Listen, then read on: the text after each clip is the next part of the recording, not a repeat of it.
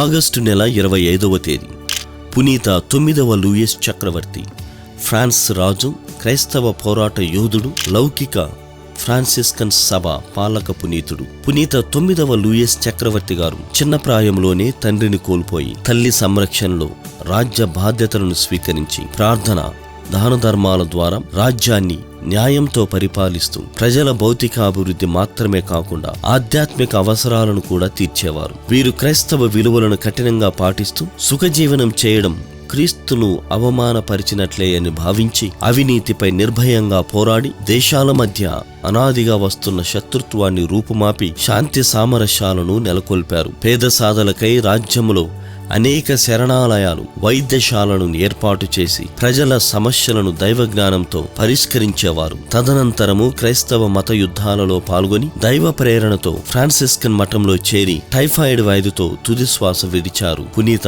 9వ Louis చక్రవర్తి గారు.